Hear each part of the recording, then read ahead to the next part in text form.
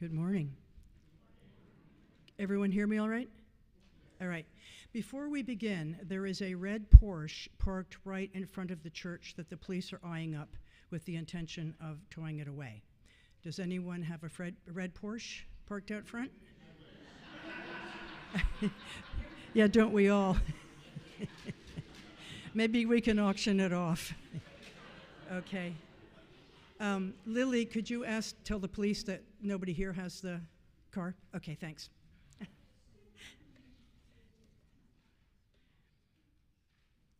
So, good morning again, and my name is Rev Lisa Doege.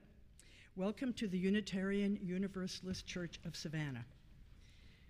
Working to build a diverse, multicultural, and beloved community, we celebrate the presence and participation of LGBTQI and straight people of all races, genders, abilities, and ethnic and national origins. We welcome you on YouTube, Zoom, and on site, whoever you know yourself to be and wherever you are on your journey. If you are visiting with us and you would like to introduce yourselves, please rise or raise your hand, and Dorothy will bring a microphone for that. Thank you.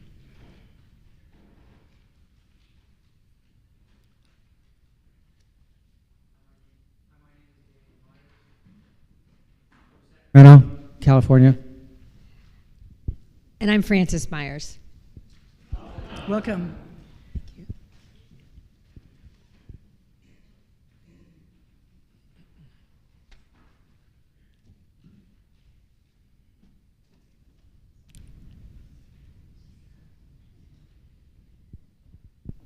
I could have probably just yelled. I'm Jessica Hoffman. I was actually here as a member about 4 years ago, but I moved away, and now I'm back, so I just wanted to say hey to everybody. Oh, welcome back. If you're newly joining us on Zoom or YouTube, please use the chat to say hi, and I will share with the congregation. It's good to have you all with us. Please join us in the social hall for refreshments following the service. You'll find the social hall in the building behind us, and you can follow the others through this door here or out the main doors, or ask the ushers to assist you. 2 cards in the back of the pew in front of you help us to gather information for the good of our community. Use the rainbow chalice card, the yellow card, either the QR code or the space provided to write your contact information, to sign up for our newsletter, and to receive a welcome letter from our minister. Remote visitors may contact our administrator via the email address that I put in the chat. To share a joy or sorrow, please use the card with the heart and chalice.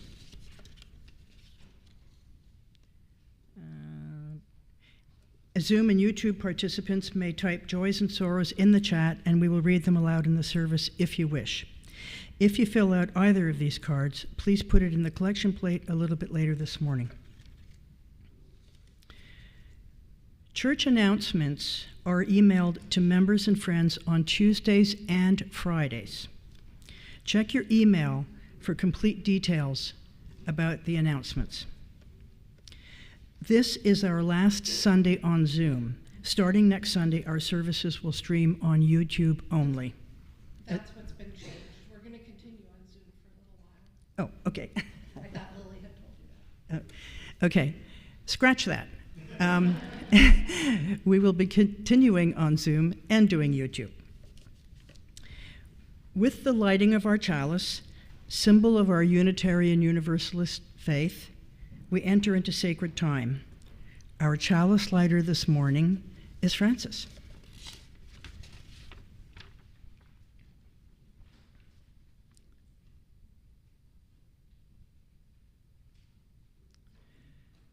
Let us appreciate the elegant power of our simple flame as we reflect on the words of Albert Schweitzer. At times, our own light goes out and is rekindled by the spark from another person. Each of us has cause to think with deep gratitude for those who have lighted the flame within us.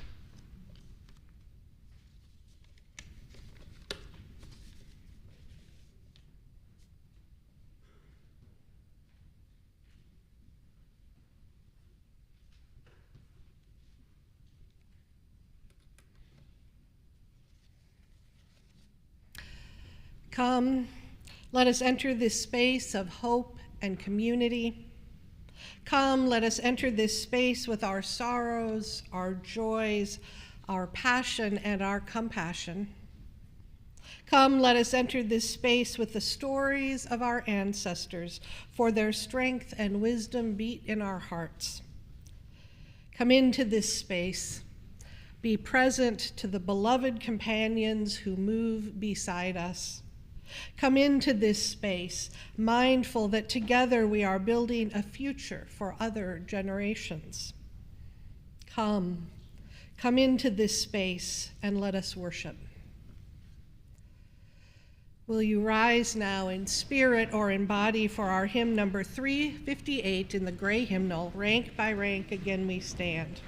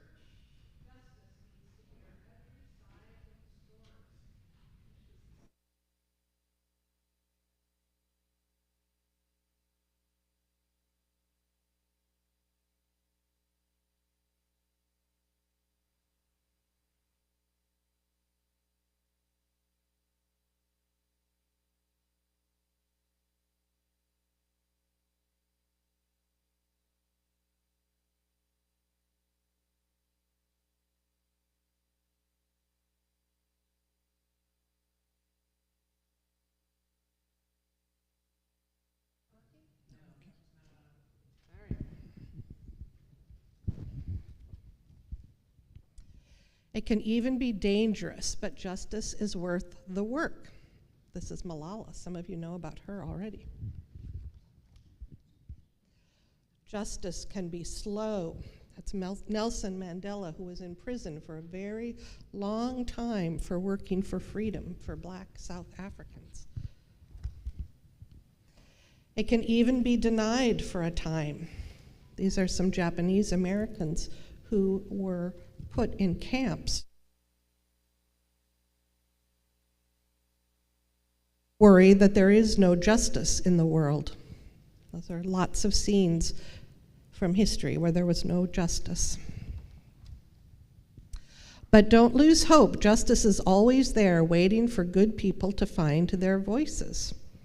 And that's Harvey Milk, who was a politician and a gay rights crusader. Waiting for brave people to stand up together, because justice can't do it alone. At times, it needs an army at its back, and those are all Black Lives Matter supporters.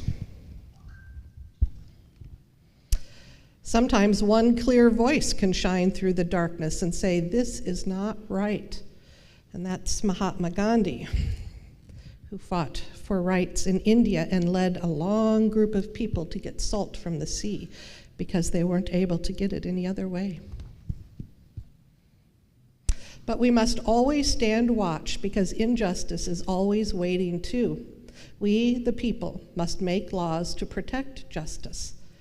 And that's John Lewis, who as a very young man was a crusader for civil rights, and then later he was in the US Congress. And we must make sure that no one is above the law. They're all reading headlines about a president who resigned because it was discovered that he thought he was above the law. Because justice matters, together we can make the world a better place for everyone. Now this picture is sort of interesting. That bridge in the background is the Edmund Pettus Bridge, and a lot of people walked across that bridge marching for voting rights for African Americans. But all the people standing in front of it in this picture are all the people who are in the other pictures in this book, and they weren't all. John Lewis was there, but the rest of them weren't there. And I'd encourage you to talk with your parents about some of these people and some of these scenes, because we're going to be talking about justice when you go to Sunday school. Thank you for listening.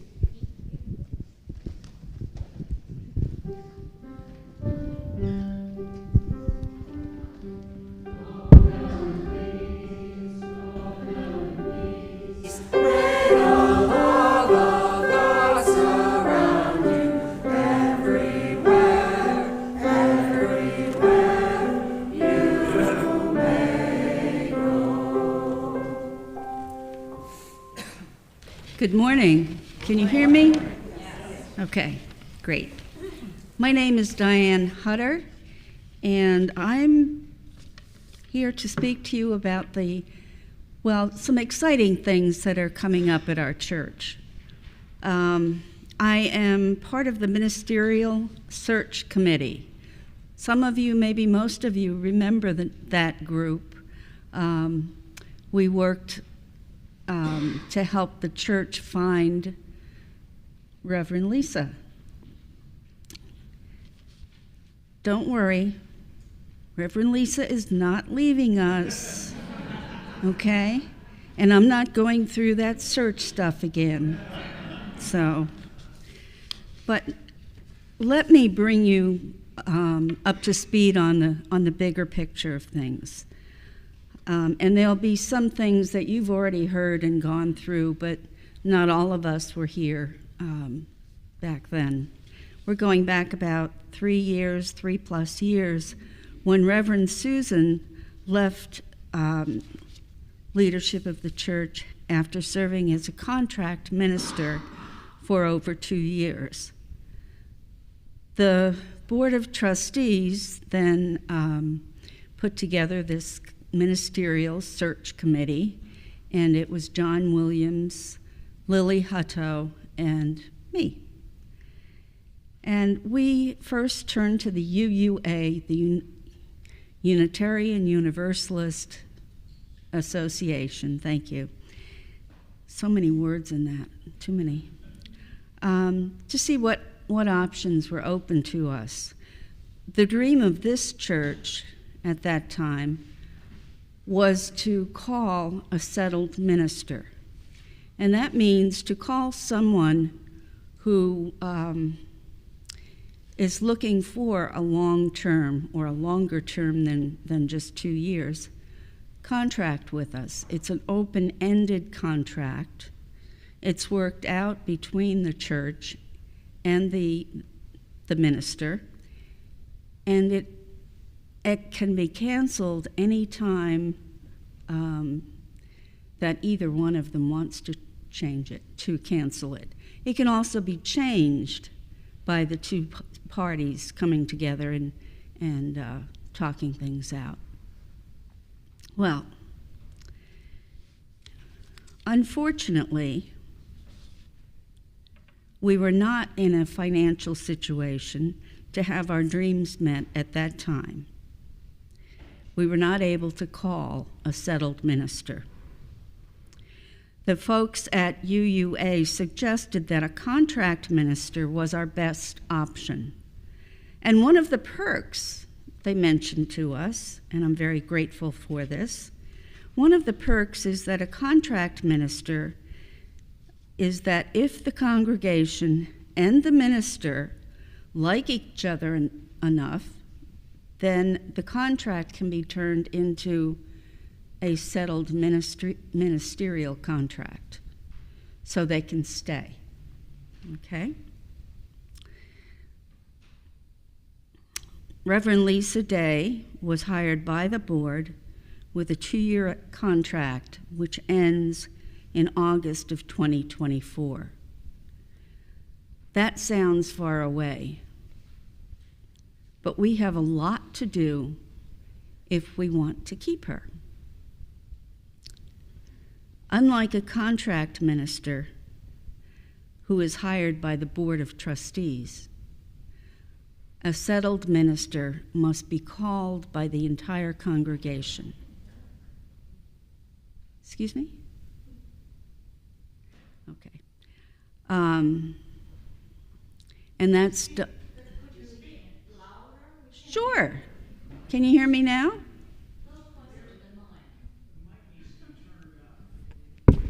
I don't know how to do that. Can we turn it up? Okay. Better? So would you like me to repeat everything? Okay. All right. You've got enough of it. Okay. Very good. So 2024 sounds far away. 2024, August. But we have a lot to do if we want to keep Lisa among us. And I think Lisa wants to stay with us. Yes. I know that she's supported by the current board of directors, and I know because I was on it that she was supported by our previous board of directors or board of trustees. However, she has to be supported by the congregation. To help the congregation to be in discernment, because we want you to think this through. We want to make sure as many people as possible are on board. We have set up let's call it, what am I going to call it? We had a name for it. Anyway, we've set up a group of folks who have been trained to meet with small groups, and don't worry, this is not what we went through 3 years ago. It's not as lengthy. To work with 3 questions. And they are now setting up times when you may sign up. There's a sign up down in the fellowship hall, Ron Hall. You can sign up if you're interested to meet with one of the small groups. I think they're a maximum of maybe 5 or 6 people to go over 3 questions. If you really don't want to do that, we will also have that survey available in paper form and available online. So everybody has a chance, okay? Once we get all those, once we get to the end of this discernment time, discernment for the congregation, all of the questions will be put into some sort of, I don't know how this works, but they're going to be collated and collated again and collated again, and eventually what will go back to the board is as clear as possible, a response from you, the congregation, on how you're feeling about things. And it's not just about Lisa, it's about how things are working in the church, what you like and what you don't like. With that in mind, if it seems like we're pretty much all going in the same direction, as many as possible, then we will continue plans to have a congregational meeting on March 10th for the purpose of voting on whether we want to call Reverend Lisa as our settled minister. Okay. I realize that all of this can be difficult to follow. You can see I'm having trouble with it myself. And it's confusing unless you work with it on a regular basis. I don't want to be working with it on a regular basis. Let me encourage you to talk to members of the board, and I know there are members of the board here right now. Would you mind standing up, identifying yourself? Okay. These are some, not all of our board members. They would be glad to answer questions. I'd be glad to answer any questions. And Lily Hutto, and Lily is where? There you are. Lily would be more than glad to answer questions. She won't come up here and speak, but she loves to answer questions, okay? So, I leave you with that. My prayer is that you will be in discernment and that we can come to a resolution that we all feel comfortable with. And if you see me around and have a question, please ask. Okay, thank you. Okay, I want to take the sermon. Thank you.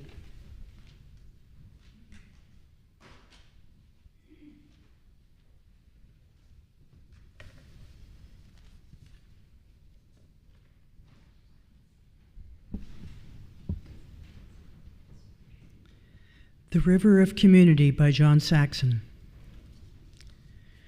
A religious community is like a river formed from the many streams of our lives that meet and merge and flow to the sea. As members and friends of this community, we share our time and energy, our creativity, imagination and vision, our talents, skills, and gifts, and the streams of our individual lives to create a river that is both deep and broad, a river that sustains life and refreshes the land through which it flows. We will now receive an offering for the support of our community and its work in the world. You are invited to give generously and joyfully as you are willing and able. To donate via debit or credit card, please use the QR code on the back of the order of service or go to uusavannah.org and click the donate button. Mail checks are also welcome. Thank you for your generosity.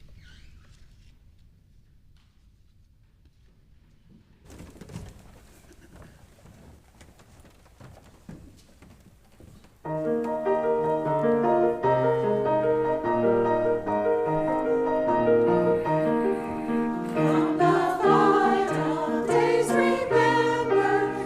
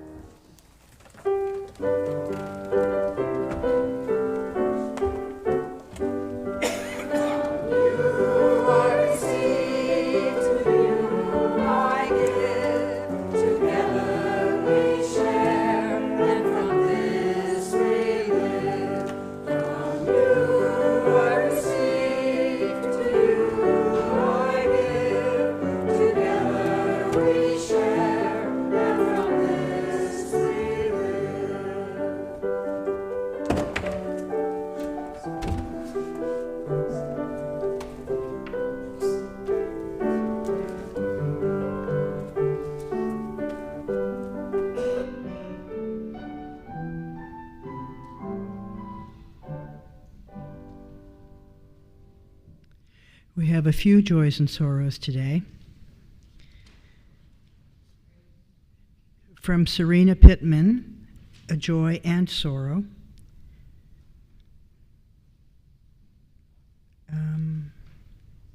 Actually, I'm not supposed to announce what it is. Excuse me, I'm sorry.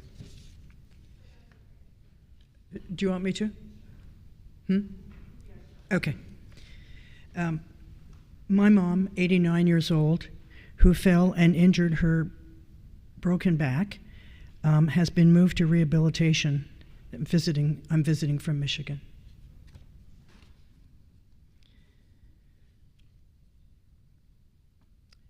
From Louise Fraser, we have a joy and concern.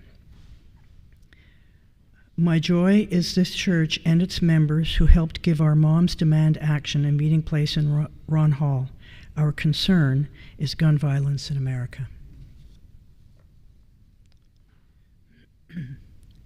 We hold in our hearts the peoples of... Excuse me? There's one on Zoom. I just checked it. There must be just come in.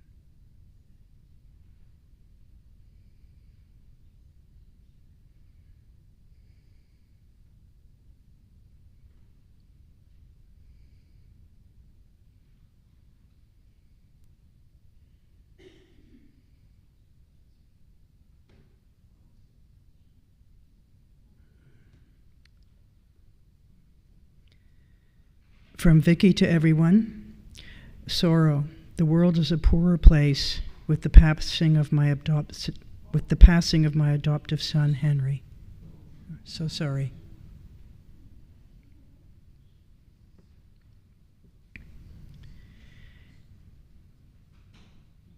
Sorrow from here, from our congregation. We hold in our hearts the peoples of Palestine, Israel, Ukraine, and all the areas of the world living under the violence and destruction of armed conflict, and pray for peace. We hold in our hearts the people of Maine, the families of those who were killed this week and the members of their communities, and all who every day live with the devastation wrought by gun violence.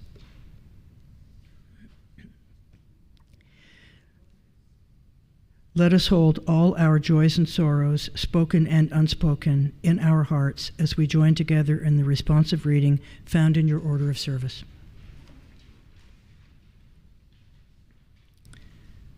Sorrow is everywhere. As we mourn together, so we celebrate together, and offer thanks. that we are not alone. So may it be now and in all the days to come.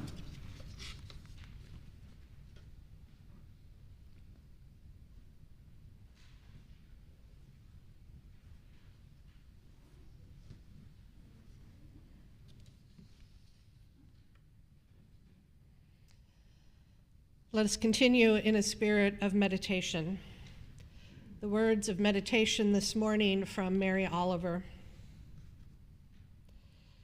If you suddenly and unexpectedly experience joy, don't hesitate. Give in to it. There are plenty of lives and whole towns destroyed or about to be. We are not wise and not very often kind, and much can never be redeemed. Still, life has some possibility left. Perhaps this is its way of fighting back, that sometimes something happens better than all the riches or power in the world. It could be anything, but very likely you notice it in the instant when love begins. Anyway, that's often the case. Anyway, whatever it is, don't be afraid of its plenty. Joy was not made to be a crumb.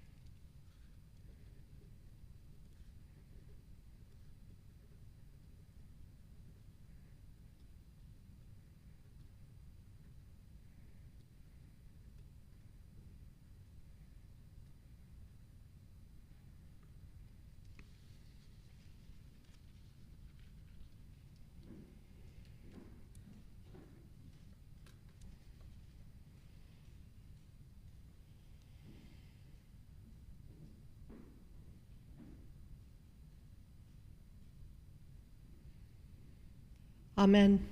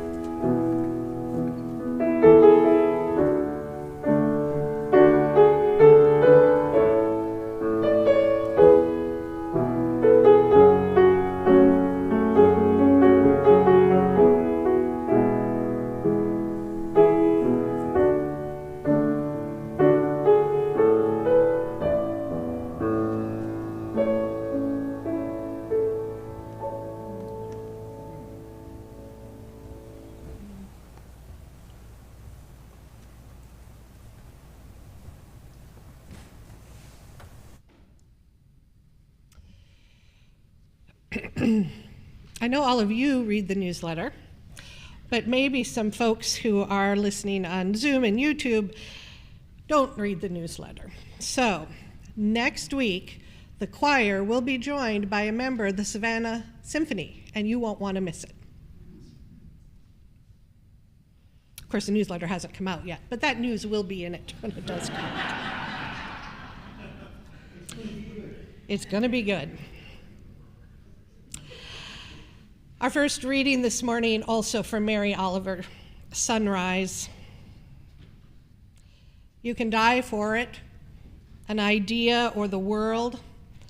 People have done so brilliantly, letting their small bodies be bound to the stake, creating an unforgettable fury of light.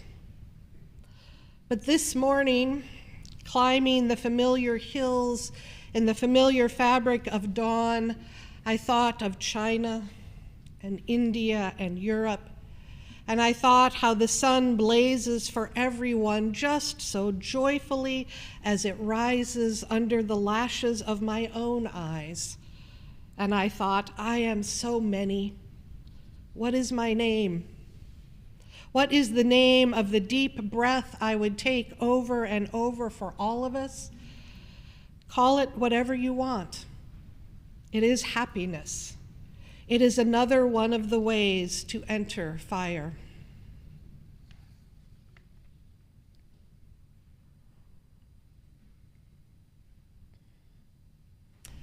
And from Alice Walker, Our Martyrs.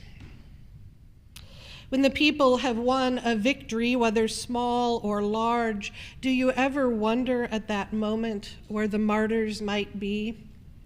Those who sacrificed themselves to bring life to something unknown, though nonetheless more precious than their blood.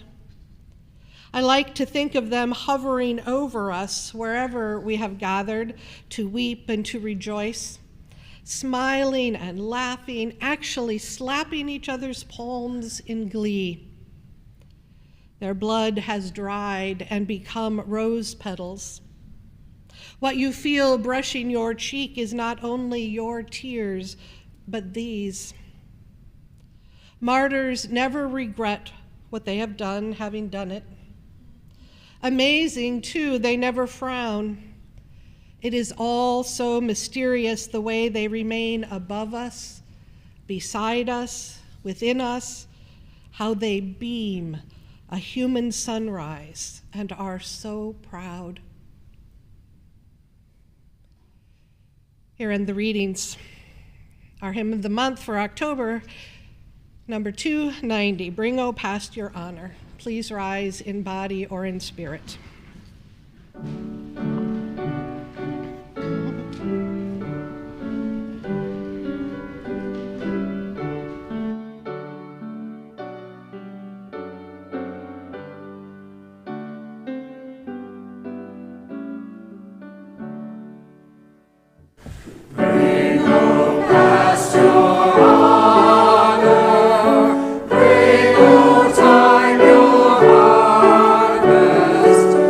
Golden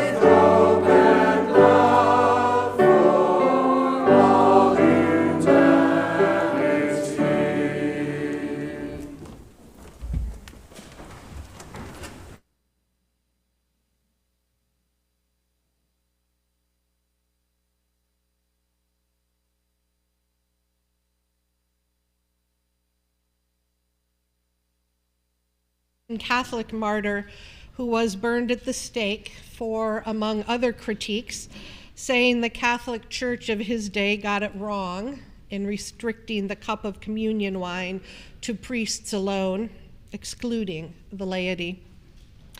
I tied Hus's theology of more broadly inclusive access to the elements of the Eucharist to my understanding of the meaning of our Unitarian Universalist flaming chalice. I also said that though I claim Hus as a kindred theological forebearer in this regard, he was not a Unitarian nor a Universalist, and we can't rightly claim him as one of our own. Today, as we conclude our month examining the gift of heritage, I turn to a martyr of the Protestant Reformation, nearly 140 years after Hus, Spanish theologian and physician Miguel Servet, known more commonly by the anglicized version of his name, Michael Servetus. Servetus was burned alive in Geneva 470 years ago Friday.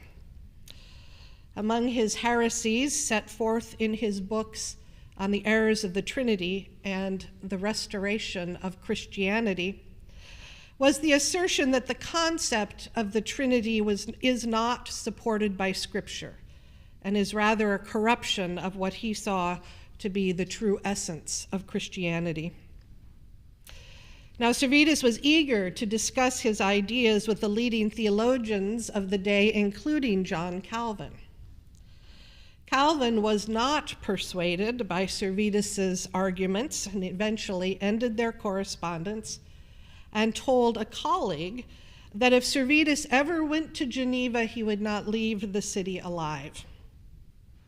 Servetus, having narrowly escaped the Inquisitor General in Lyon, where he was subsequently burned in effigy, did travel to Geneva. He was recognized, arrested, tried, convicted, and burned, though Calvin had both begged Servetus to recant and urged the Geneva Town Council to substitute the more humane execution of beheading.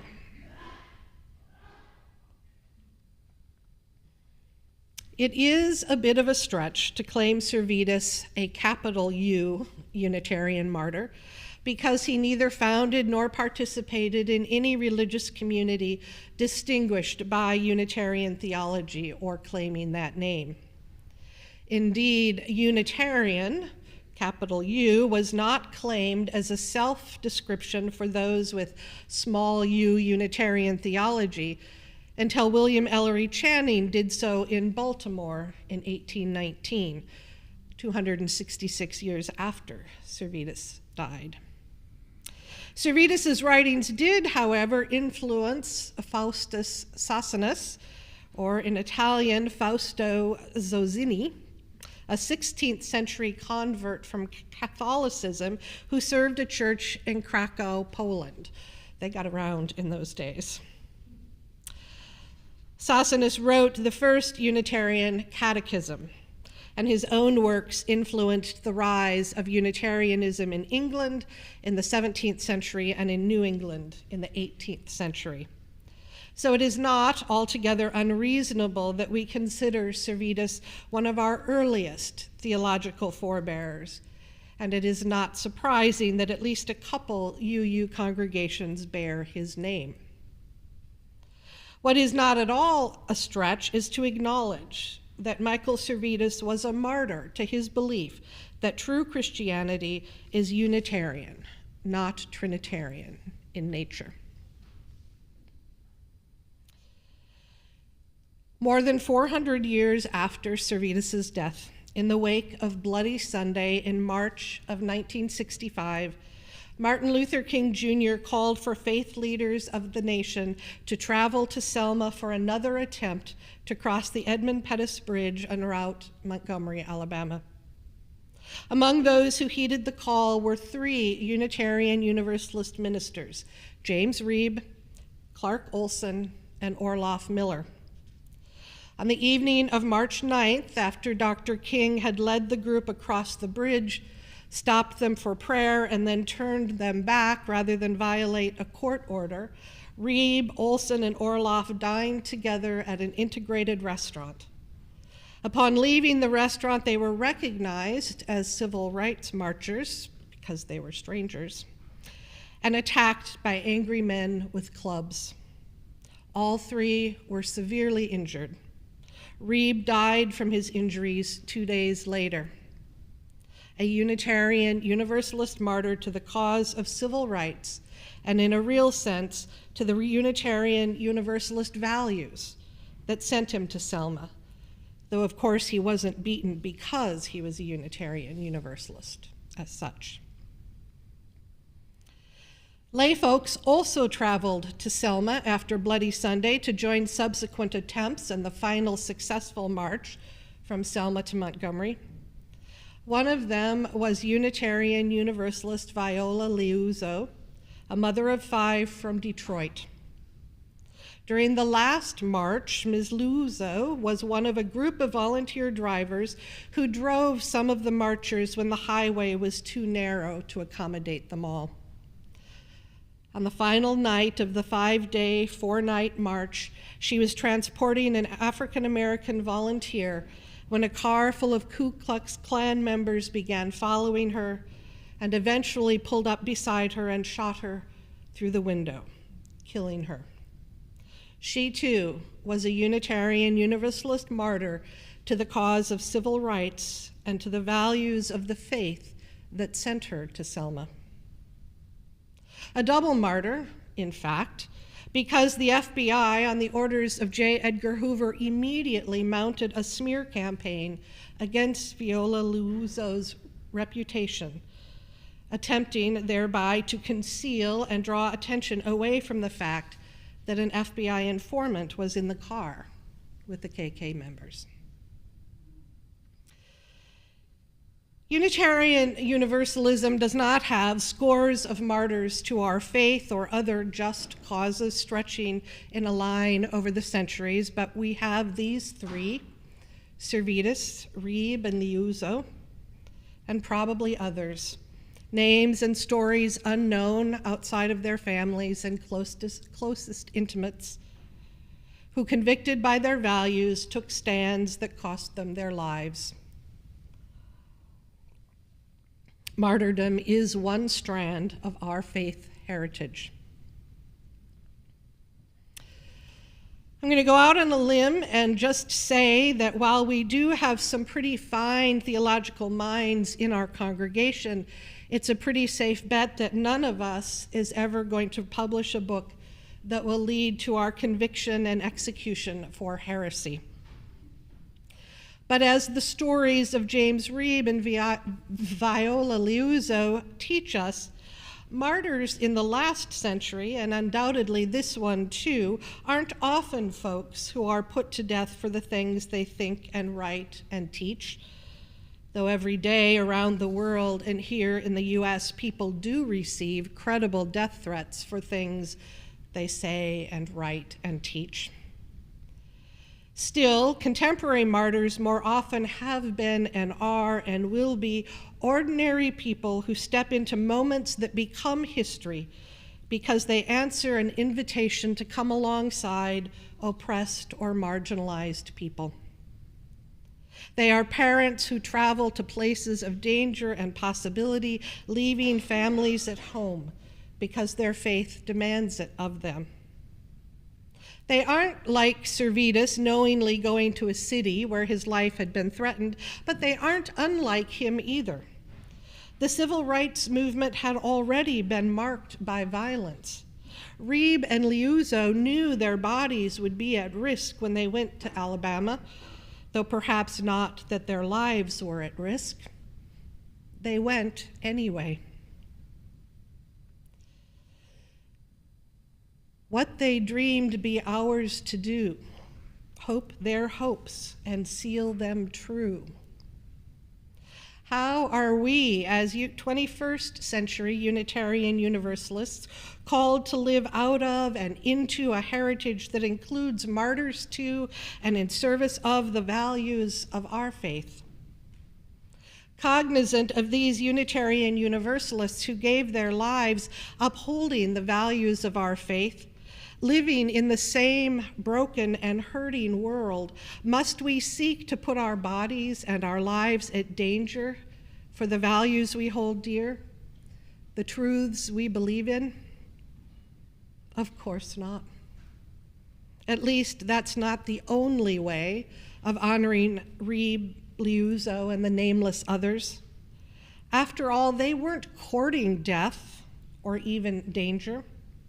They were seeking life, abundant, safe, and unremarkable life for people routinely denied it. And that we can do 1,000 different ways. We start by asking ourselves, at least daily, what does my faith, what do my values demand of me today? We continue in all the little ways that may seem unnecessary or performative or politically correct, such as normalizing announcing our pronouns, even if we think they're obvious, because doing so makes it safer for people to live their authentic selves fully, publicly. We do it by marching when there are marches to go on, by writing letters to the editor when there are issues that need progressive representation and when aren't there issues that need progressive representation. We do it by being curious and informing ourselves rather than expecting BIPOC or queer or trans folks to expend their precious lives teaching us. We do it believing people know their own experience, their own pain, their own joy, their own needs and desires better than we ever will. We honor our martyrs when we live active and engaged lives in the face of climate change, partisan politics, and world events so complex and heartbreaking we can scarcely keep ourselves from closing our eyes and ears. Because climate change is life and death, because politics are life and death, because armed conflict anywhere diminishes all humanity. What is the name of the deep breath I would take over and over for all of us? Call it whatever you want. It is happiness. It is another one of the ways to enter fire. Mary Oliver reminds us that people have died for ideas and challenges us with the assertion that allowing ourselves happiness is another way of entering the fire. Part of me resists. How can happiness, my happiness, equal the sacrifice of those who have died for truth, for justice, for the lives of others? But of course it is. Because happiness we permit ourselves, happiness as a deep breath we would take for all, spurs us to pursue it for all others.